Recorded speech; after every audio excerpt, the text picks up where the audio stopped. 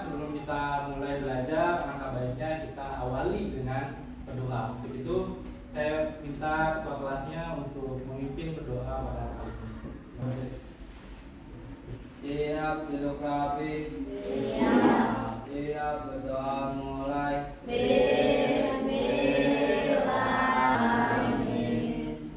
Memberi salam. Warahmatullahi wabarakatuh. Selanjutnya kita coba absen dulu kali ya. Hari ini ada yang tidak masuk kan? Ada. Siapa? Citra. Citra sama Citra. sama si Citra. Dulu. Alfa. Alfa. Alfa berarti ya. Ya. Si Citra. Alfa. Sama juga. Dulu Pak. Sama siapa? Ibnu. Ibnu.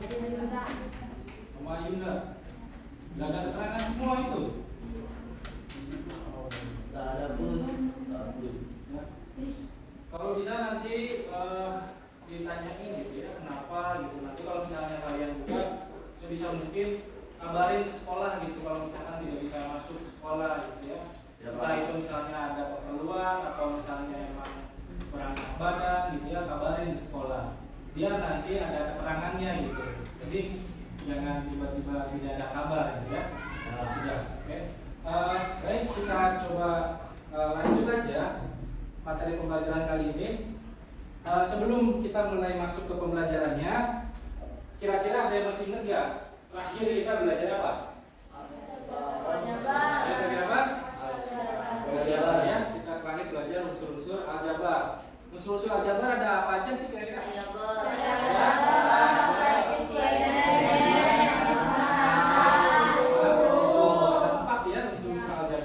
Nah, pada pembelajaran kali ini, tujuan kita hari ini nanti kalian itu diharapkan dapat mengidentifikasi mana aja unsur-unsur variabel, koefisien, konstanta, suku dan segala macamnya. Nah, itu nanti yang pertama.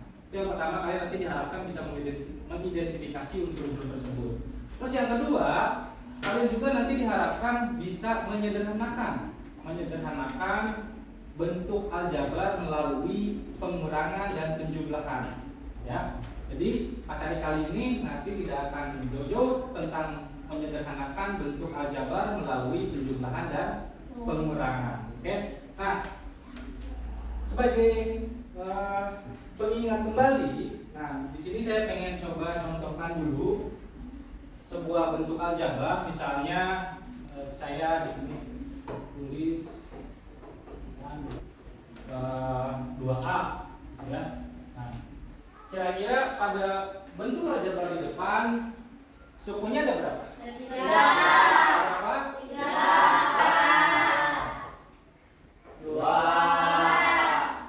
A. 2. Ada konstantanya tidak? Hah? Nggak ada konstantanya ya? Nah, tidak ada konstantanya. Oke.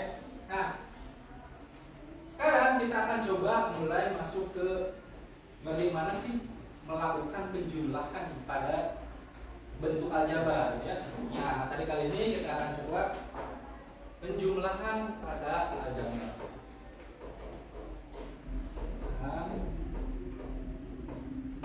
Pada aljabar.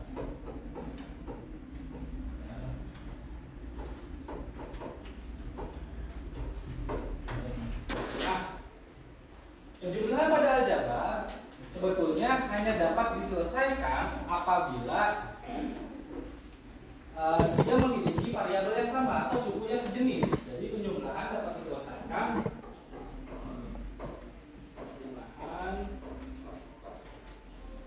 pada aljabar hanya dapat diselesaikan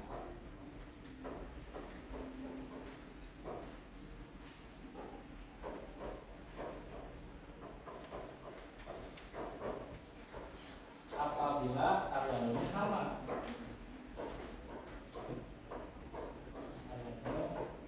Itu satu. Ya. Jadi penjumlahan pada aljabar hanya dapat diselesaikan apabila variabelnya sama. Nah, jadi yang pertama apa? Kita hanya bisa melakukan penjumlahan pada aljabar apabila apa? Variabelnya sama.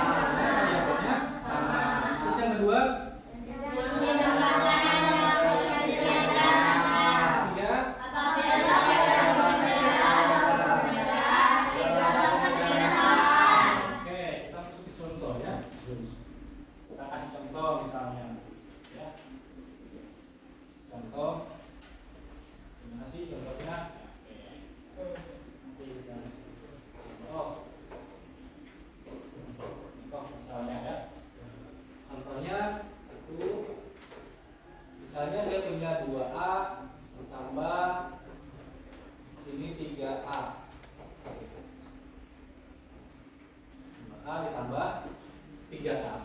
Yang pertama adalah koefisiennya berapa? Yang pertama ini 2, 3. Nah, karena kan tadi yang peraturannya adalah yang dijumlahkan hanya koefisiennya saja. Berarti kita tinggal jumlahkan aja tuh si 2 dan 3 tadi. 2 tambah 3 berapa? 5. Nah, variabelnya apa ya? Kita tulis ulang variabelnya 5.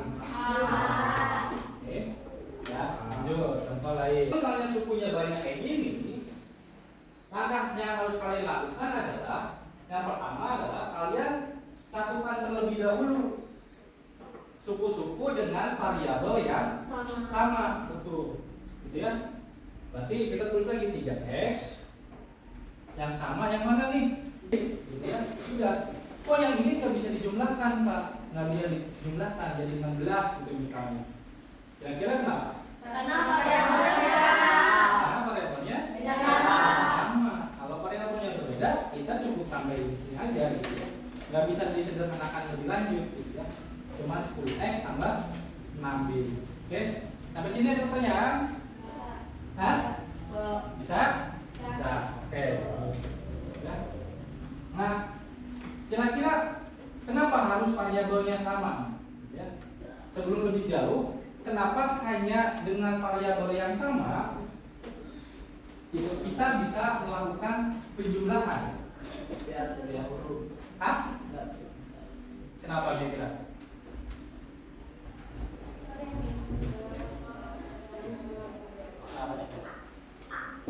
Coba saya kasih pikir dulu ya. Karena variabel mau pilih satu nilai yang belum diketahui. Oke deh, itu bagus lah, mantap. Nah, kasih nilai katanya karena variabel mewakili satu nilai yang belum diketahui, betul. Itu pengertian variabel, bagus sekali ya. Ada yang lain? Kenapa kira-kira? Kenapa kita hanya bisa melakukan penjumlahan apabila variabelnya sama? Gitu ya. Nah, ini bisa kita jawab kalau misalnya kita perhatikan gambar depan. Oke, saya udah siapkan gambar depan. Oke, perhatikan gambar di depan. Ada gambar apa itu? Sama satu dus aqua. Nah, Sulutmi beli 2 dus berarti kan? Satu dus Indomie, satu dus aqua. Oke. Ini kalau kita jumlahkan, apakah hasilnya menjadi 2 dus Indomie?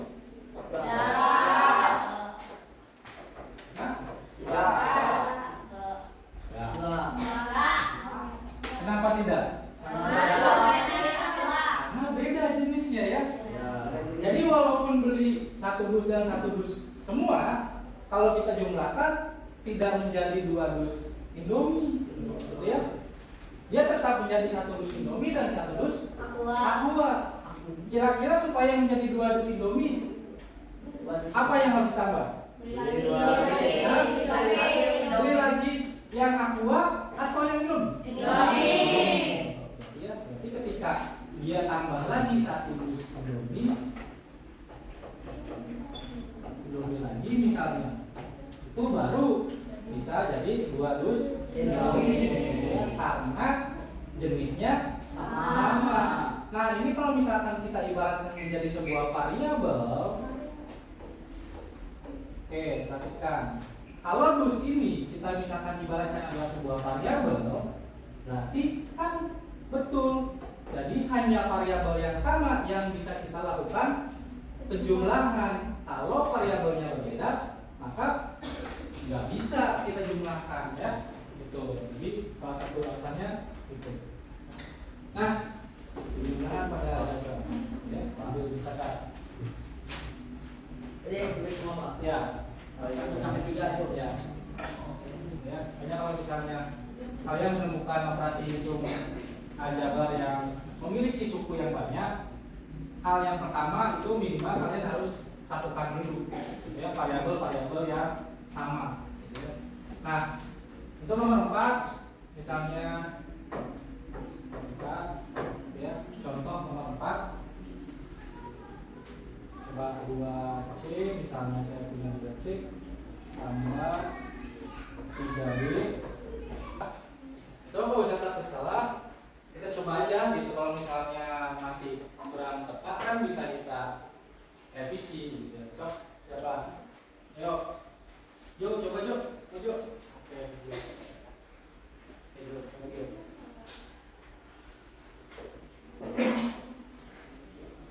Gak usah takut salah ya, nanti kita coba latihan terus. Kalau misalnya masih ada keliru kan bisa direvisi.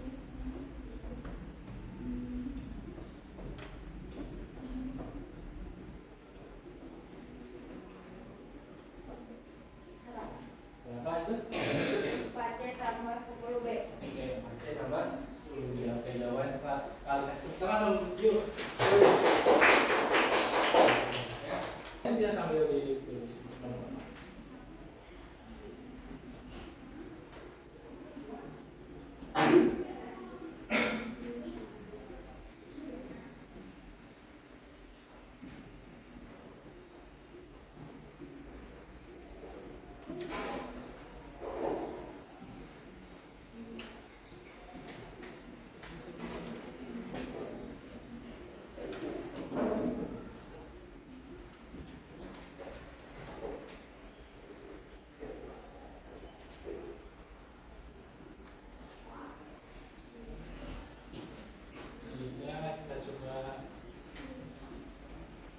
Nah, sekarang tadi kan penjumlahan, sekarang coba pengurangan.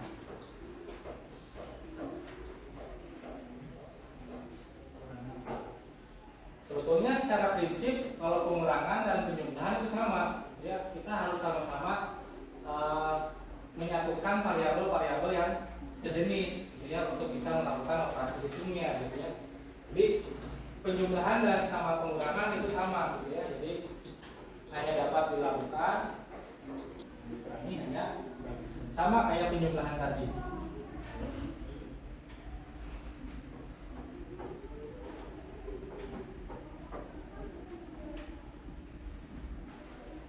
Nah, contohnya gimana Pak? Oke, contohnya misalnya 1A 1. Contohnya misalnya 3A dikurangi misalnya 2A. Oke. 3A dikurangi 2A misalnya. Nah, kebetulan ini variabelnya semua sama nih, satu jenis gitu ya. Berarti kita tinggal langsung kurangi aja koefisiennya. 3 dikurangi 2 berapa? 10. Tapi di sini ini tulisannya ya. Ya. Nah, kalau misalnya kalian melihat ada koefisien 1 gitu ya, seperti ini 3A dikurangi 2A, itu kalian hanya cukup tulis variabelnya aja. Ya. Jadi tidak perlu harus menulis angka 1 di depan variabel.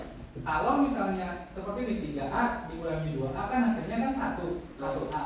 Nah, kalau 1A kalian cukup tulis variabelnya saja. A aja. Nggak harus ditulis angka 1 di depan. Ya, ingatin, koefisien 1 tidak perlu ditulis, gitu ya.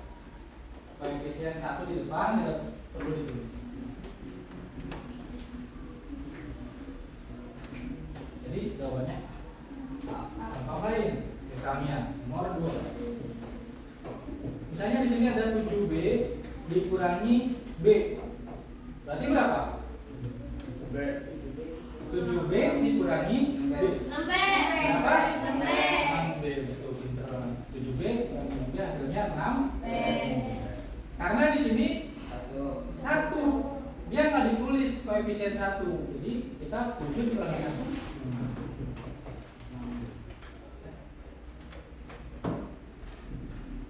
Nomor 3. Nah, coba kalian yang kerjakan.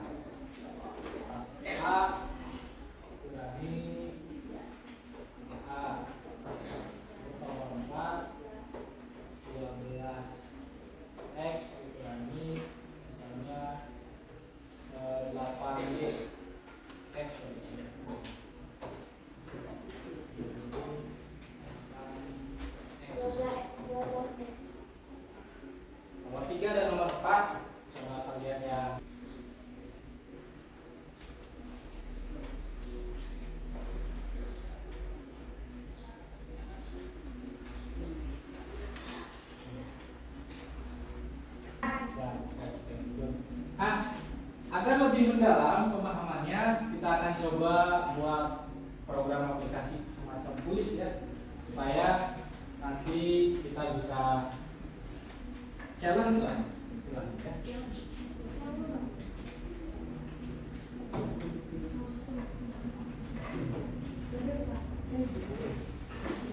Kita matikan dulu. Silakan, ayo maju. Nah gitu dong, jangan sabar gitu, jangan takut salah. Boleh Pak, balik aja. Ya. Nah,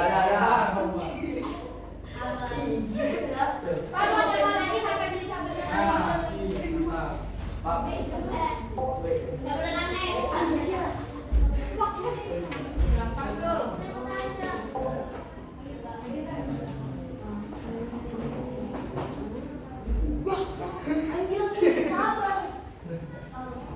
Masih jalan.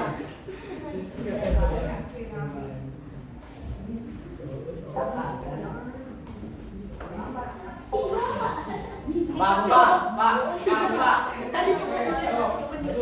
Kamu sama siapa sendiri? Ya, Pak.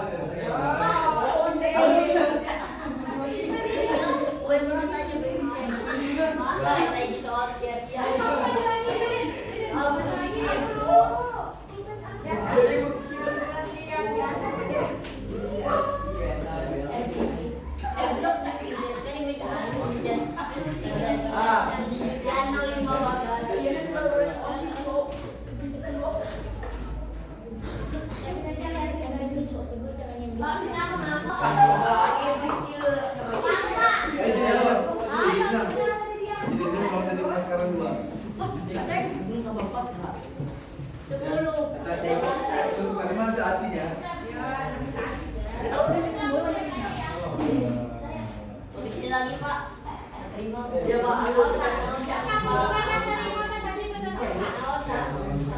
Lagi Pak. Udah spesial dia mana bisa sini. Kan yang bilang pasal kedua yang bawah, bukan yang atas ini namanya yang atas. Iya. Alhamdulillah. Pak, aku lagi Habisnya gua lagi Pak. Buat mana ya buat?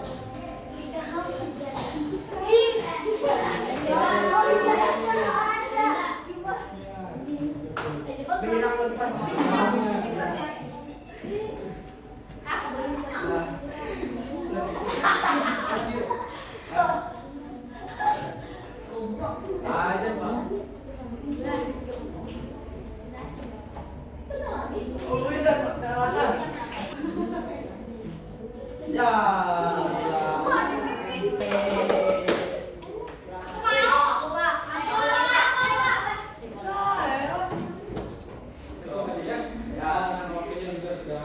Waktunya istirahat, kita cukupkan aja. Sebelum kita tutup, kita udah belajar apa aja hari ini? Oke, gimana caranya? Yang pertama,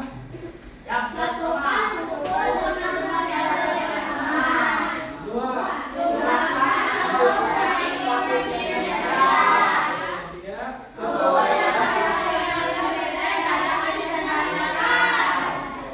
Oke, kalau gitu kita cukupkan sampai di sini. Kurang lebihnya mohon maaf. Assalamualaikum warahmatullahi wabarakatuh.